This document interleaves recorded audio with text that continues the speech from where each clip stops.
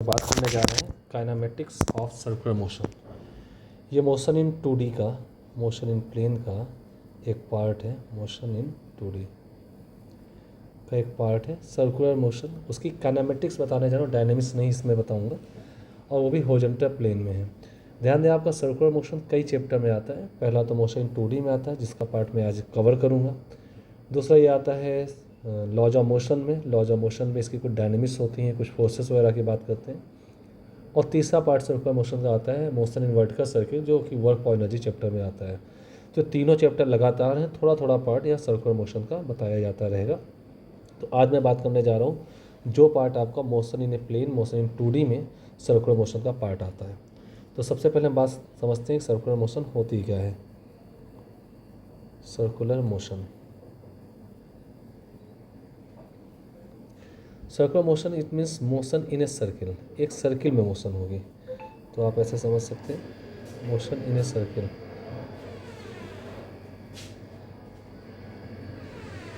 एक सर्कल में मोशन होगी। तो सर्कुलर मोशन कैसे करते हैं, ज़रा ध्यान देखिएगा।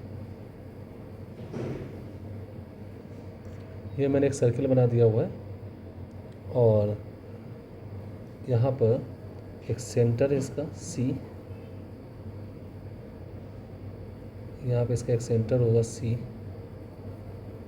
तो हम यहाँ कह सकते हैं when any body moves such that its distance from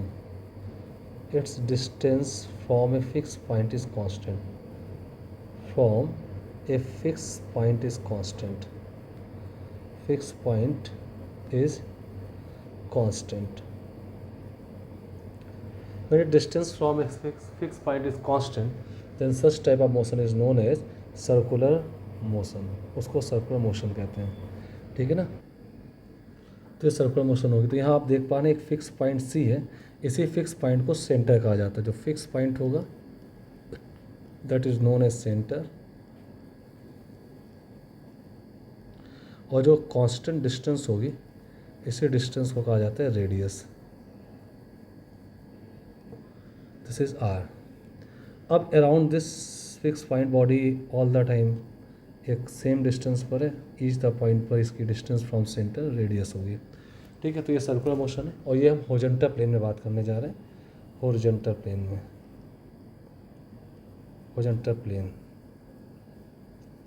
में इसकी मोशन की बात करने जा रहे हैं। तो यहाँ पर सर्कुलर मोशन में सबसे पहले हमें कुछ इसके पैरामीटर्स समझने होते हैं, बेसिक पैरामीटर्स। तो सबसे पहले हम पैरामीटर्स के बारे में बात कर लेंगे।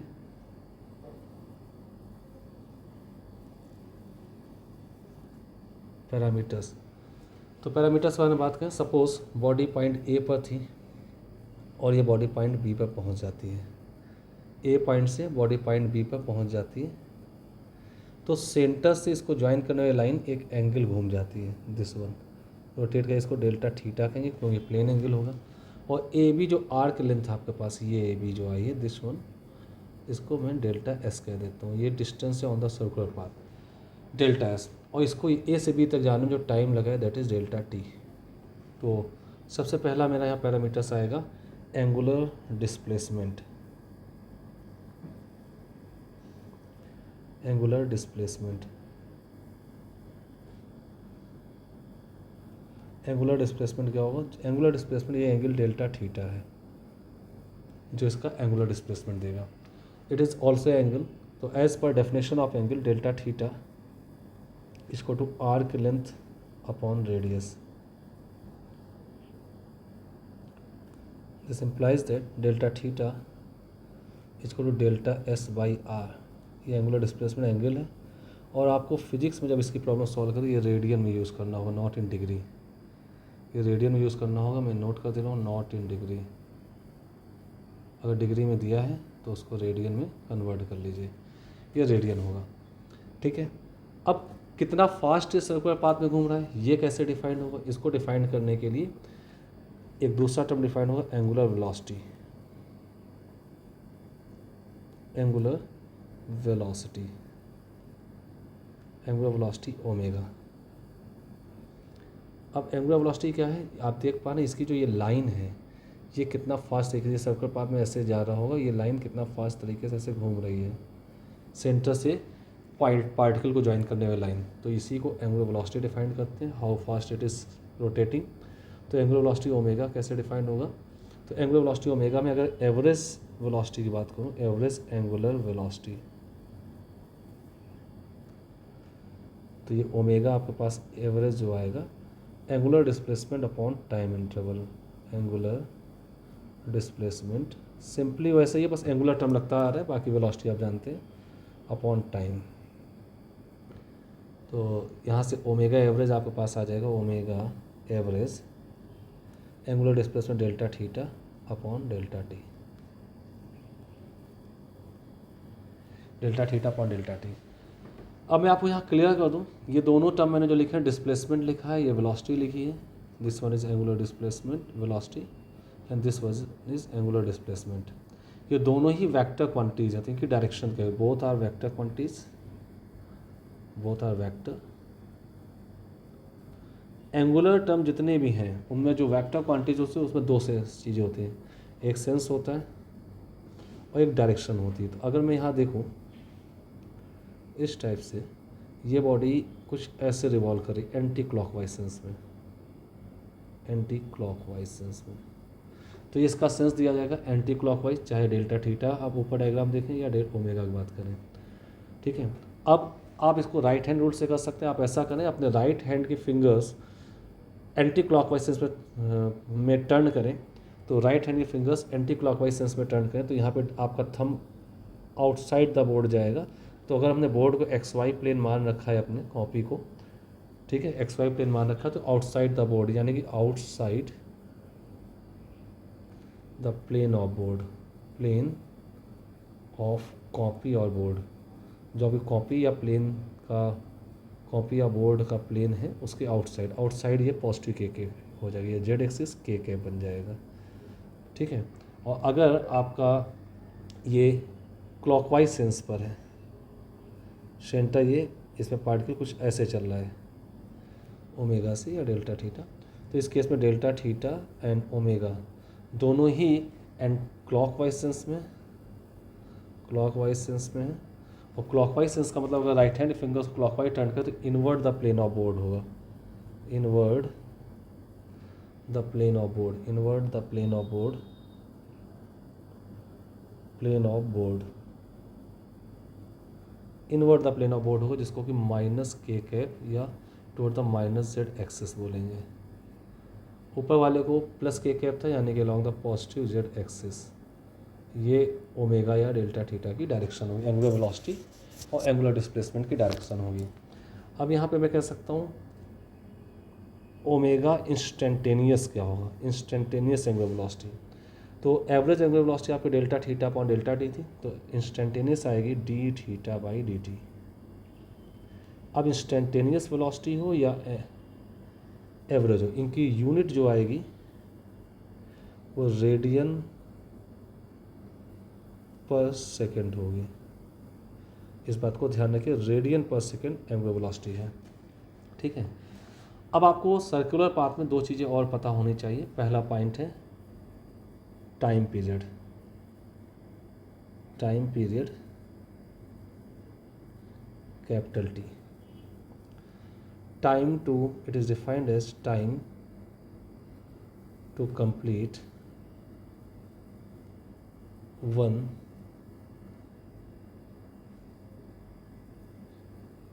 रिवॉल्यूशन, यानी कि वन सर्कल भी कह सकते हैं, एक कंप्लीट सर्कल पूरा करने को जो टाइम लगेगा, तो इसको टाइम पीरियड कहते हैं। कैपिटल टी से रिप्रेजेंट करें, इसकी यूनिट सेकेंड मिनट जो भी है वो डिफाइंड हो सकता है, सेकेंड या मिनट, सेकेंड और मिनट। ठीक है, मिनट हम डिफाइन कर सकते हैं, आज जो भी होगा। ठीक है, दूसरा पॉइंट होता है फ्रीक्वेंसी। फ्रीक्वेंसी को कैपिटल एफ से या कुछ बुक्स में एन से रिप्रेजेंट किया गया, एन से, कैपिटल एफ या एन से रिप्रेजेंट कर फ्रीक्वेंसी। फ्रीक्वेंसी को डिफाइन कर सकते हैं नंबर ऑफ सर्किल पर सेकेंड, 1 सेकंड में जितने रिवॉल्यूशन कर लेगी, यानी एक कंप्लीट सर्किल 1 सेकंड में जितने भी कर लेगी, उन्हीं का नंबर फ्रीक्वेंसी कहलाता है। इसको स्मॉल एफ से रिप्रेजेंट करते हैं, स्मॉल एफ या एन से रिप्रेजेंट करते हैं। और इसका it is numerically equal to 1 upon time period. ये टाइम पीरियड की रिवर्स होती है, इनवर्स होती है। फ्रीक्वेंसी 1 अपॉन टाइम पीरियड, इसकी यूनिट होगी रिवॉल्यूशन पर सेकेंड, या इसी को हर्ट्स बोलेंगे। डायमेंशन फॉर्मूला T-1 हो जाएगा इसका, ठीक है। रिवॉल्यूशन पर मिनट पर सेकेंड। अब यहाँ पे एक बहुत इंपॉर्टेंट चीज़ बताने जा रहा हूँ, RPS क्या होता है, ठीक है। कई आपने मोटर्स पढ़े हैं, उसकी रेटिंग RPM वगैरह दी होती है। तो मैं आपको एक चीज़ बता दूँ, 1 RPS, 1 RPS का मतलब है 1 revolution per second. 1 revolution per second, 1 second में सर्किल पूरा करें, इसका मतलब फ्रीक्वेंसी इसकी 1 हर्ट्स है। ये RPS 1 दिया है, ठीक है। अब कई बुकों में, कई प्रॉब्लम में आपको 1 RPM दिया जा सकता है। RPM मतलब होता है 1 रिवॉल्यूशन पर मिनट, यानी कि 1 मिनट में 1 रिवॉल्यूशन कर रहा है। इसका मतलब है कि 1 सेकेंड में, अगर मैं इसी को चेंज करूं तो इन 1 सेकेंड अगर मैं बात करूं, इन 60 सेकेंड्स ये 1 रिवॉल्यूशन है इन 60 सेकेंड। तो इन 1 सेकेंड क्या आ जाएगा, इन 1 सेकेंड 1/60 रिवॉल्यूशन आ जाएंगे। तो 1/60 रिवॉल्यूशन पर सेकेंड है। इसका मतलब हो गया 1 RPM equal to 1/60 RPS।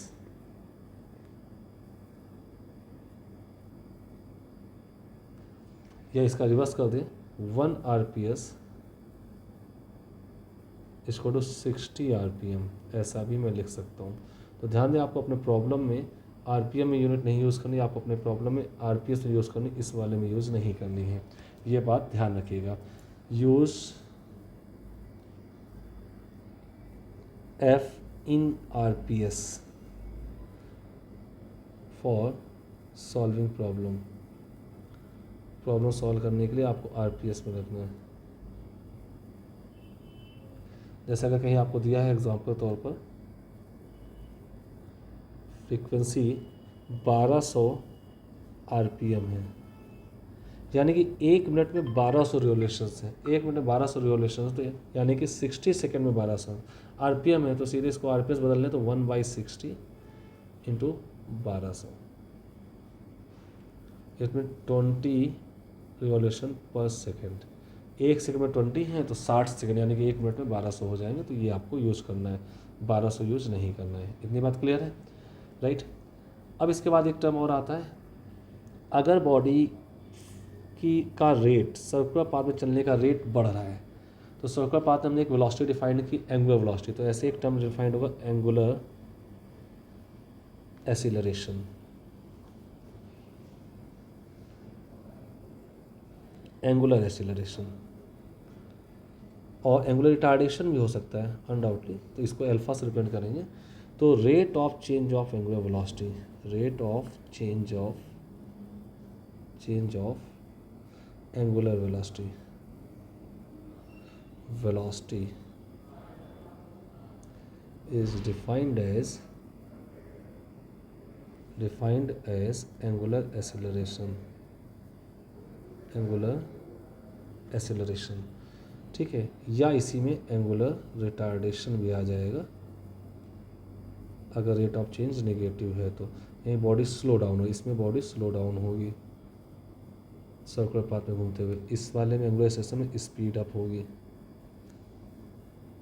Angular acceleration में स्पीड अप होगी, एंगुलर रिटार्डेशन में बॉडी स्लो डाउन हो जाएगी, ठीक है। दोनों को अल्फा से रिप्रेजेंट करेंगे। तो अगर यहाँ एवरेज की बात करूँ, एवरेज एंगुलर एक्सेलरेशन, तो ये आपके पास होगा omega final minus omega initial upon time interval.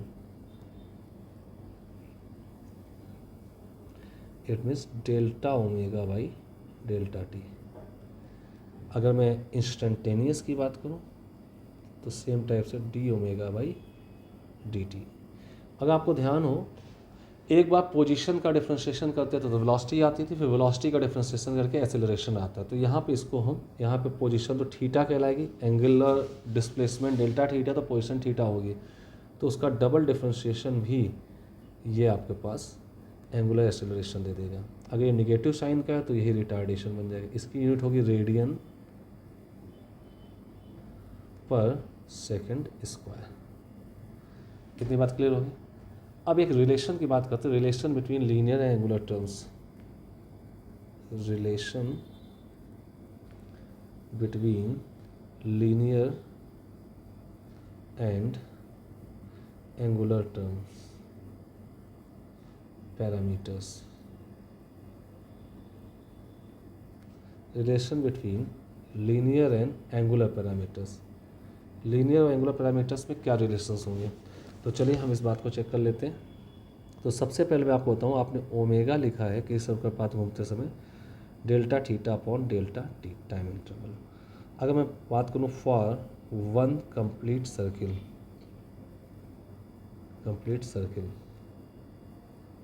One complete circle के लिए अगर मैं बात करूँ डेल्टा टी टाइम इंटरवल जो एक कंप्लीट सर्किल का होता है उसको टाइम पीरियड बोलते हैं, कैपिटल टी बोल देंगे। और उस केस में डेल्टा थीटा सेंटर से पार्टिकल को ज्वाइन करने वाली लाइन पूरा एक रोटेशन कर जाएगी, उसमें उसका जो एंगल रोटेट करे वो रेडियन में 2 पाई रेडियन होगा या 360 डिग्री हो। 360 नहीं लगाएंगे, 360 नहीं लगाएंगे, 2 पाई रेडियन में यूज़ करेंगे। तो आपके पास ओमेगा की वैल्यू हो जाएगी 2 पाई, डेल्टा थीटा 2 पाई हो गया बाई टी, तो ये आपके पास ओमेगा 2 पाई बाई टी होगा। और आपको पता है 1 बाई टी जो होता है वो फ्रीक्वेंसी होती है, तो इसको 2 पाई एफ भी हम यूज़ कर सकते हैं। तो ये ओमेगा का एंगुलर वेलोसिटी का पोजीशन फ्रीक्वेंसी और टाइम पीरियड के साथ एक रिलेशन हो जाता है, और ये भी अपने आप में एक इम्पॉर्टेंट पार्ट है इसका, ठीक है। और हम लीनियर एंड एंगुलर पैरामीटर्स में एक रिलेशन निकाल लेते हैं, तो चलिए वो देख लेते हैं। जैसा कि हमें पता है ओमेगा इक्वल टू ओमेगा के बारे में बाद में बात करते हैं, सबसे पहले हम बात कर लेते हैं डेल्टा थीटा के बारे में। तो delta theta equal to delta S by R. तो यहाँ से हमें मिल जाएगा delta S equal to R into delta theta. गॉस देखिए, ये लीनियर डिस्प्लेसमेंट है और ये एंगुलर डिस्प्लेसमेंट है। डेल्टा एस लीनियर डिस्प्लेसमेंट है, डेल्टा थीटा एंगुलर डिस्प्लेसमेंट है, आर रेडियस टाइम्स रेडियस का मल्टीप्लाई हो रहा है। अगर इसी में ही दोनों साइड डेल्टा टी से डिवाइड कर दें तो delta S by delta T equal to R into delta theta upon delta T. अगर हम किसी भी सर्कुलर पाथ में घूम रहे हैं, किसी भी सर्कुलर पाथ में अगर हम घूम रहे हैं, तो अगर आप देख सकते हैं यहाँ पे इसकी एक वेलोसिटी टेंजेंशियल वेलोसिटी v कह सकते हैं, और इसको अबाउट द सेंटर ये घूम रहा है, तो सेम सेंस में वेलोसिटी अपवर्ड है, इसका मतलब ये एंटी क्लॉकवाइज सेंस में एक एंगुलर वेलोसिटी ओमेगा होगी, और ये इसकी रेडियस आर है। अगर मैं डेल्टा टी डिवाइड कर दूँ तो delta S by delta T इसकी लीनियर वेलोसिटी मिल जाएगी, जो कि टेंजेंशियल वेलोसिटी है v इसको टू आर, और delta theta by delta T आपके पास ओमेगा हो जाएगा। तो ये लीनियर वेलोसिटी इसको टू रेडियस। आप गौर देखें, ये लीनियर टर्म है, एल स्टैंड फॉर लीनियर और ये ए स्टैंड फॉर एंगुलर टर्म। यहाँ डिस्प्लेसमेंट बात थी लीनियर और डिस्प्लेसमेंट एंगुलर, तो सब में आर का मल्टीप्लाई हो रहा है। ये स्केलर फॉर्मेट है इसका, स्केलर फॉर्मेट। कई बार प्रॉब्लम पूछा जाता है इसका वेक्टर रिलेशन क्या है। वेक्टर रिलेशंस तो मैं आपको बता दूं, वी भी एक वेक्टर हो जैसा ऊपर दिखाया गया, तो उसको वेक्टर ले लीजिएगा, इसको to R vector, sorry for that, R omega scalar form में होता है, ओमेगा क्रॉस आर होता है इसका वेक्टर फॉर्म पे, omega vector cross R vector. अब आपको मन में आ रहा हो वी वेक्टर तो हमें दिख रहा है, ओमेगा डायरेक्शन में मिल गई है, अगर एंटी क्लॉक घूम रहा है तो पॉजिटिव जेड एक्सिस में आर वेक्टर क्या लिखा जाएगा। तो सेंटर सी से पार्ट के लिए पोजिशन ज्वाइन करते एक वेक्टर बना दीजिए, इसी को आर वेक्टर कहते हैं हम लोग, this one is R vector. तो R vector cross omega vector करिए, R cross omega sorry omega cross R करिए, तो ओमेगा क्रॉस आर करने पे आपको वी की डायरेक्शन मिल जाए। तो ये भी अपने आप में इंपॉर्टेंट पार्ट है। बच्चे जनरली क्या होता है आर ओमेगा याद रखते हैं तो आर क्रॉस ओमेगा वेक्टर लिख देते हैं, जो कि गलत हो जाता है। तो ओमेगा क्रॉस आर यहाँ पर इसका सही फॉर्मेट होगा। ये आप पास एंगुलर वेलोसिटी और लीनियर वेलोसिटी में रिलेशन मिल चुका है। ठीक है, तो ये लीनियर वेलोसिटी है, linear velocity, angular velocity, linear displacement, angular displacement, radius का समय मल्टीप्लाई हो रहा है। अब ऐसे हम अगर अगले पार्ट की बात करें, अगर मैं एसिलरेशन की बात करूँ, इसी इक्वेशन को डिफ्रेंशिएट कर दें तो D V by D T इसको to R constant of circular path की radius D omega by D T. तो D V by D T जो आएगा इसी को टेंजेंशियल एक्सेलरेशन कहेंगे, D V by D T को ए टी कहेंगे। ये वो एक्सेलरेशन होगा जो इसकी टेंजेंशियल स्पीड को या तो बढ़ाएगा अगर फॉरवर्ड है, और या तो इसको कम करेगा, तो ये टेंजेंशियल एक्सेलरेशन हो जाएगा। इसको to R D omega by D T radial acceleration होगा। अगर इसकी स्पीड बढ़ रही है, इफ़ ए टी फॉरवर्ड है, अगर मैं ये ध्यान से देखेंगे ये v है और इसी डायरेक्शन पे अगर इसका at लग रहा है तो ये एक्सेलरेट हो रहा है, v बढ़ रहा है, इंक्रीज़ कर रहा है। तो सेम सेंस में तो अगर ओमेगा ऐसे है तो इसी को सपोर्ट करने के लिए इसका अल्फ़ा भी इसी सेंस में हो, तो अल्फ़ा का डायरेक्शन भी इसी सेंस में दिया जाएगा एंगुलर का, तो ये दोनों को बढ़ा रहा है, तो ये एक्सेलरेटेड मोशन हो जाएगी। कैसी मोशन होगी? एक्सेलरेटेड। अगर ये रिटार्डेड हो रही है तो मैं उसका डायग्राम दिखा देता हूँ।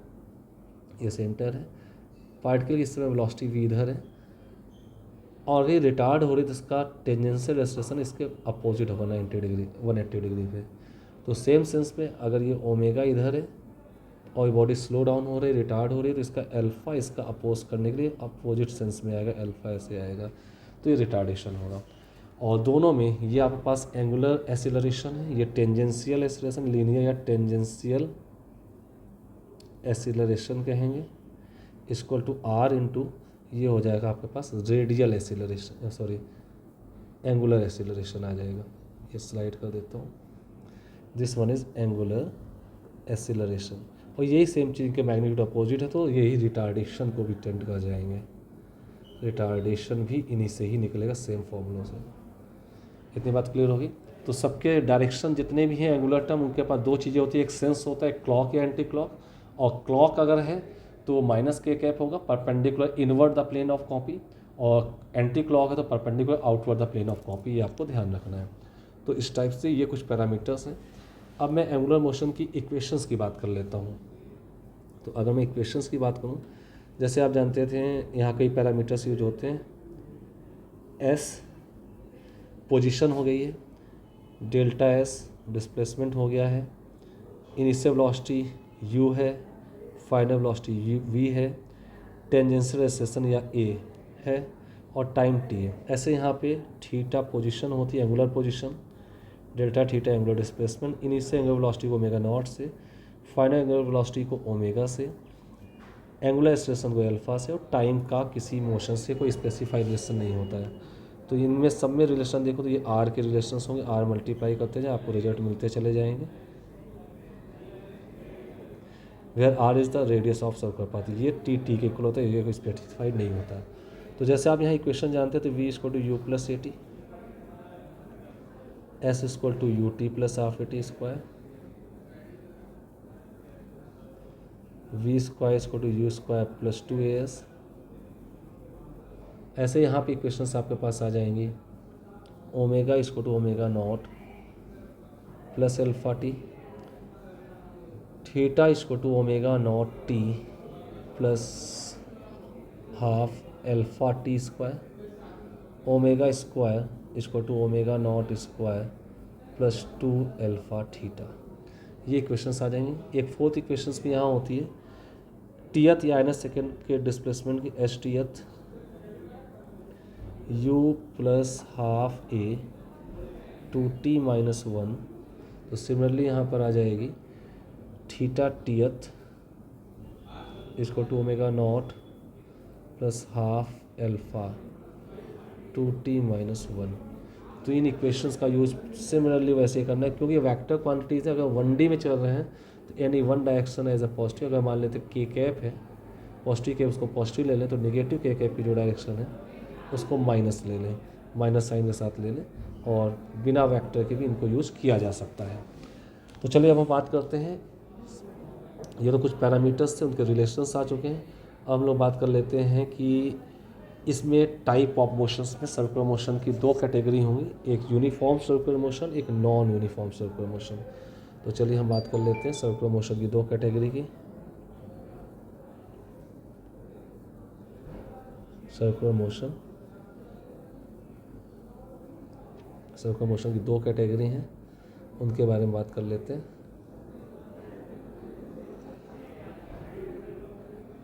सर्कुलर मोशन दो कैटेगरी हैं। पहली कैटेगरी है uniform circular motion, uniform circular motion, और दूसरा है non uniform circular motion, non uniform circular motion. Uniform circular motion means moving with constant speed in a circular path, moving with constant speed in a circular path, constant speed in circular path, moving with constant speed in a circular path। और ये आता है moving with variable speed, moving with variable speed in circular path, circular path. यानी जब किसी circular path में कोई body constant speed से मूव कर रही होती है तो उसको यूनिफॉर्म सर्कुलर मोशन कहते हैं। शॉर्ट में इसको यूसीएम बोल देते हैं, यूसीएम। तो चलिए पहले वन बाय वन हम डिटेल लेते हैं। तो यूसीएम के बारे में बात कर लेते हैं हम लोग। UCM, uniform circular motion. Uniform circular motion की बात करूं तो आपके सामने एक सर्कल बनाता हूं।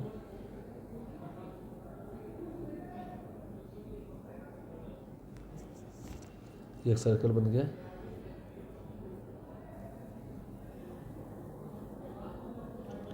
ये सर्कल सेंटर सी है। इस सर्कल पे बॉडी मान लेते हैं टेंजेंशियल स्पीड v है और यहाँ पे कोई एक्सेलरेशन इन्वॉल्व नहीं है, यानी कि ये v स्पीड जो कांस्टेंट है, कांस्टेंट है। हर जगह इसकी स्पीड सेम होगी, टेंजेंशियल फॉर्म पे होगी v। ये कहीं कम ज़्यादा नहीं हो रही है। This one also v, this one also v। v speed चल रही, कांस्टेंट स्पीड है। अगर इसकी स्पीड कांस्टेंट है तो कंफर्म हो जाए टेंजेंशियल स्पीड कांस्टेंट है, क्योंकि हम जानते हैं v equal to R omega. v fix है, r फिक्स है, radius of circular path fix है, तो इसका ओमेगा फिक्स होगा। ये क्योंकि ये टेंजेंस अपवर्ड है तो इसका ओमेगा भी इस डायरेक्शन पे एंटी क्लॉकवाइज में ओमेगा होगा, तो ओमेगा भी constant, v constant, so omega is constant. अगर v कांस्टेंट हो गया तो यहाँ पे dv बाई dt, जिसको हम टेंजेंशियल एक्सेलरेशन कहते हैं, जीरो होता है, तो यहाँ कोई टेंजेंशियल एक्सेलरेशन नहीं होगा। और d ओमेगा बाई dt, जिसको हम अल्फा कह रहे थे, तो d ओमेगा कांस्टेंट है, d ओमेगा बाई dt भी कांस्टेंट है, तो कांस्टेंट डिफरेंस जीरो होता है, इसको अल्फा कह रहे थे। तो यहाँ पे अल्फा भी जीरो होगा, टेंजेंशियल एक्सेलरेशन जीरो होगा। ध्यान दीजिए, सर्कुलर पाथ में मूव करने एक नेसेसरी कंडीशन होती है, रिक्वायर्ड कंडीशन, जिसके बिना सर्कुलर मोशन हो ही नहीं सकती। That is required centripetal force. एक सेंट्रीपिटल फोर्स या एसिलरेशन होगा जिसके बिना सर्कुलर मोशन पॉसिबल हो ही नहीं सकती। तो यहाँ पे एक एसिलरेशन तो वर्क करेगा ही करेगा, that is always directed toward the centre. इसको सेंट्रीपिटल एसिलरेशन कहेंगे, या इस यहीं पे सेंट्रीपिटल फोर्स भी कह सकते हैं। मास का डिफरेंस होगा दोनों में। समटाइम्स इसी को ही सेंट्रीपिटल एक्सेलरेशन या इसी को AR, because it is directed toward the centre, hence it is called the centripetal acceleration. AR को हम कह सकते हैं radial acceleration, because it is directed along the radius, तो इसे इसको हम रेडियल एक्सेलरेशन भी कहते हैं। यानी सेंट्रीपिटल एक्सेलरेशन कहें या रेडियल एक्सेलरेशन कहें, दोनों सेम है। बस मोस्ट ऑफ बुक्स या नोट्स में AC ही रिप्रेजेंट किया गया है, AR बहुत कम यूज होता है। फिर भी अगर कहीं आपको रेडियल एक्सेलरेशन लिखा मिल जाए मतलब वो सेंट्रीपिटल एक्सेलरेशन ही है। और इस सेंट्रीपिटल एक्सेलरेशन की जो वैल्यू होती है AC, वो होती है v² बाई आर। अगर मैं सेंटीमीटर फोर्स की बात करूँ तो वो होता है mv²/r।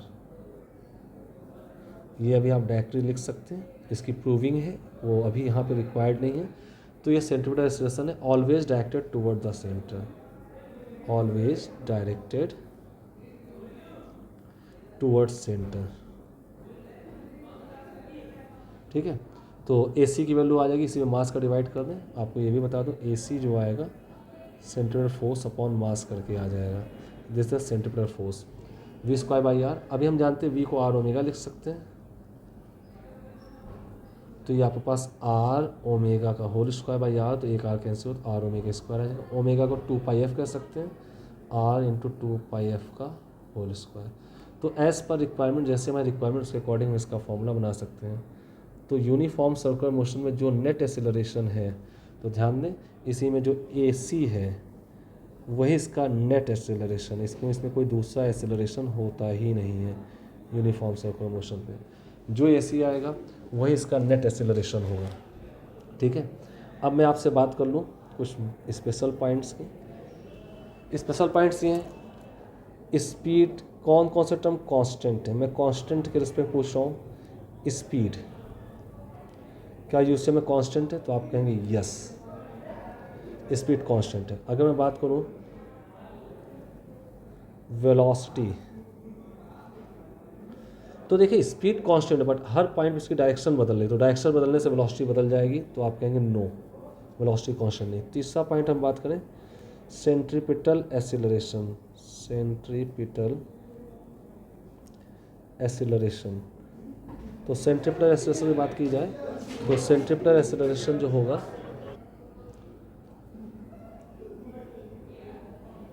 सेंट्रीपिटल एक्सीलरेशन की बात करूं तो सेंट्रीपिटल एक्सीलरेशन एक वेक्टर क्वांटिटी है। जब कुछ ना कहा जाता है यानी कंप्लीट वेक्टर के बारे में पूछ रहा है, तो यहाँ पे एक क्वेश्चन ये है और दूसरा मैं और लिख रहा हूँ, magnitude of centripetal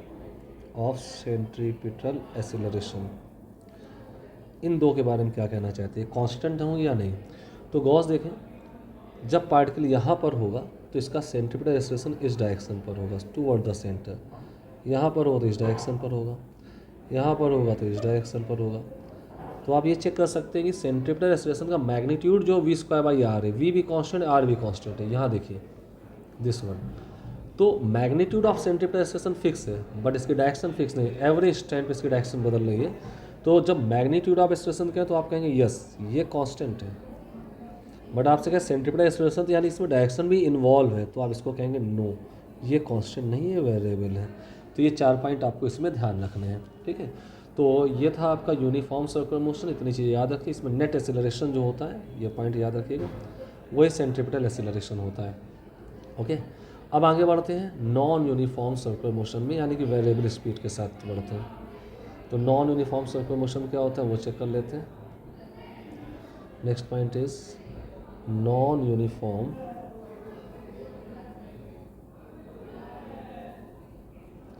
circular motion.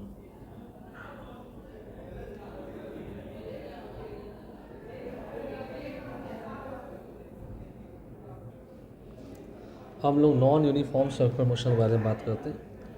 तो नॉन यूनिफॉर्म सर्कुलर मोशन का एक डायग्राम देख लेते हैं।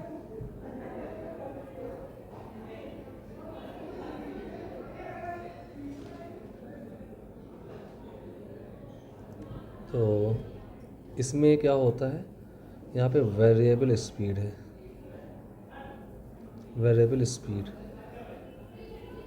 तो वेरिएबल स्पीड हम 2 केस मान लेते हैं। केस 1 है यहाँ पर, case 1 increasing speed, increasing speed increase हो रही है। Let us suppose this is the centre C, this is the radius R। यहाँ पे एक पार्टिकल है जो कि v स्पीड से सर्कुलर पाथ में जा रहा है। अगर इसकी स्पीड v है तो कंफर्म हो जाइए कि इसका एंगुलर वेलोसिटी इस सेंस में होगा, एंटी क्लॉकवाइज सेंस में ओमेगा होगा। अगर v इंक्रीज़ कर रहा है तो ओमेगा भी इंक्रीज़ करेगा, v इंक्रीज़ कर रहा है सो ओमेगा भी इसका इंक्रीज़ कर रहा हो, क्यों रिलेटेड एक दूसरे से, राइट। अब बात कर लेते हैं यहाँ पर, अगर इसकी स्पीड बढ़ रही है तो कन्फर्म इसमें ऊपर की ओर इसी डायरेक्शन सपोर्ट करते हुए टेंजेंशियल एक्सेलरेशन होगा AT। और हम पढ़ चुके हैं AT जो होगा वो dv/dt होगा, क्योंकि इसको सपोर्ट का इंक्रीज कर रहा है dv/dt। और सर्कुलर पाथ के लिए एक एक्सेलरेशन तो रिक्वायर्ड होता ही होता है, जिसको बोलते हैं सेंट्रीपिटल एक्सेलरेशन। और सेंट्रीपिटल एक्सेलरेशन की वैल्यू जो होगी वो v²/r होगी। ये दो एक्सेलरेशन पे वर्क करेंगे। तो अगर मैं इसके नेट एक्सेलरेशन की बात करूँ, इसका नेट एक्सेलरेशन जो आएगा that is a vector sum of this two, ये इसका नेट एक्सेलरेशन आ जाएगा। ये ए नेट है। अगर मैं ए नेट की बात करूँ तो ए नेट आपके पास जो आएगा वेक्टर, तो दैट इज़ अंडर, दोनों परपेंडिकुलर, इसका रिजल्टेड AC² प्लस AT² आएगा। अगर मैं यहाँ रिजल्ट लिख दूँ तो ए नेट आपके पास आ चुका है √AC है v²/r whole square plus AT जो है वो dv/dt। तो यहाँ v टाइम का कुछ फंक्शन दिया होगा, उसको डिफ्रेंशिएट करके हम dv/dt निकालें, ऐसे आपका ए नेट सॉल्व हो जाएगा। अब जो नेट एक्सीलरेशन है वो कहीं ना कहीं रेडियस वेक्टर साथ कोई एक एंगल थीटा बना रहा है और नेट वेलोसिटी के साथ कोई एंगल अल्फा बना रहा है। कई बार दोनों में से कोई भी एक एंगल अलग अलग पूछा जाता है। तो अगर मैं tan थीटा पूछूं, ध्यान दीजिए tan थीटा जो है नेट एक्सीलरेशन का रेडियस वेक्टर के साथ एंगल है, यानी सेंट्रीपिटल एक्सेलरेशन साथ है। तो tan थीटा अगर मैं पूछूं तो इसके लिए थीटा के लिए परपेंडिकुलर AT हो जाएगा, AT अपॉन AC आ जाएगा। तो इस टाइप से आप tan थीटा डिफाइन कर सकते हो।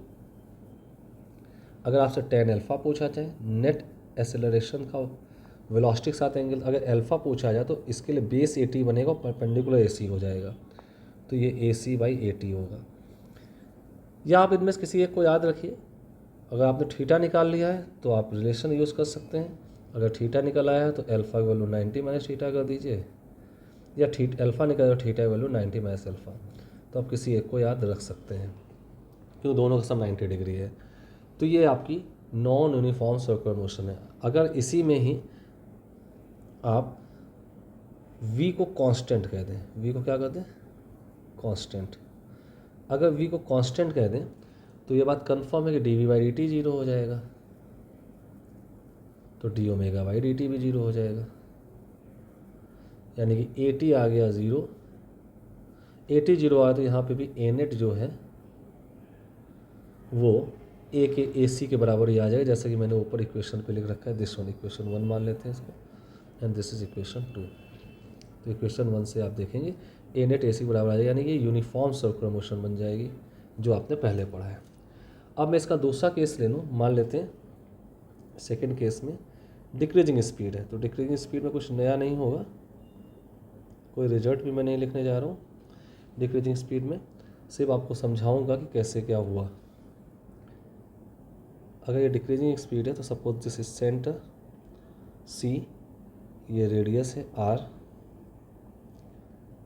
अगर ये क्लॉकवाइज सेंस में से जा रहा है, ये इसकी वेलोसिटी है, ठीक है, और ये डिक्रीज़ हो रही है तो इसका टेंजेंशियल एक्सेलरेशन डाउनवर्ड हो, इसका अपोज करने के लिए होगा AT। सेंट्रीपिटल एक्सेलरेशन तो ऑलवेज टुवर्ड द सेंटर होता है, AC होगा। तो इनका रिजल्टेंट जो आएगा वो ए नेट नीचे डाउनवर्ड आ जाएगा। This one is a net, A net.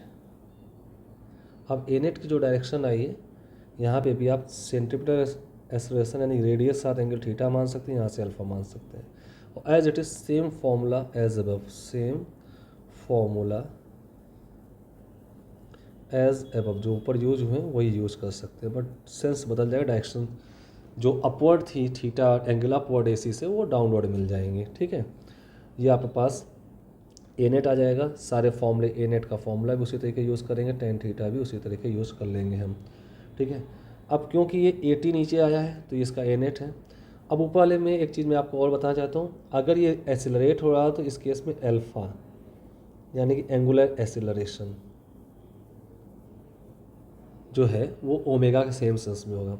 और इस केस में अगर आपका ओमेगा ऐसे था, वेलोसिटी उधर थी, तो अल्फ़ा इसके अपोजिट सेंस में होगा, वो इसको स्लो डाउन करने की कोशिश करेगा, कुछ ऐसे होगा अल्फ़ा, ठीक है, ये क्लॉकवाइज सेंस में होगा। तो सेम टाइप से आपका ये स्पीड डिक्रीजिंग का केस हो जाएगा, रिटार्डेड मोशन हो जाएगी, स्पीड डिक्रीजिंग, स्लो डाउन का केस हो जाएगा। जो मैंने कॉन्स्टेंट बताए हैं ये नॉन यूनिफॉर्म सर्कुलर मोशन है, ये इतने फॉर्मूले आपको याद रखने हैं। फिर इसके ऊपर ये देखिए यूनिफॉर्म सर्कुलर मोशन है, यूनिफॉर्म सर्कुलर मोशन ये आ जाती है। इसमें भी सारी चीज़ें याद रखनी, कुछ क्वेश्चंस मैंने किए, ऐसे आप नॉन यूनिफॉर्म में भी क्वेश्चन बना सकते हैं। इसके पहले मैंने कुछ पैरामीटर्स दिए हैं, ये इक्वेशन ऑफ मोशन यूज़ करनी है, इनका यूज़ कर लीजिए।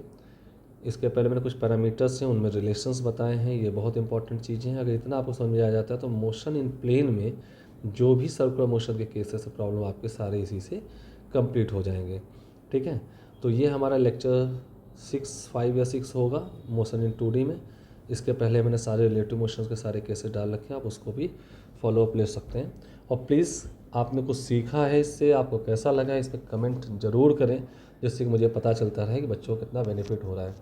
और लाइक शेयर सब्सक्राइब जरूर कर लें, जिससे कि जो भी मैं वीडियो डालूँ आपको मिलता रहे, और अपने दोस्तों के साथ शेयर भी कर सकते हैं। Okay, thank you.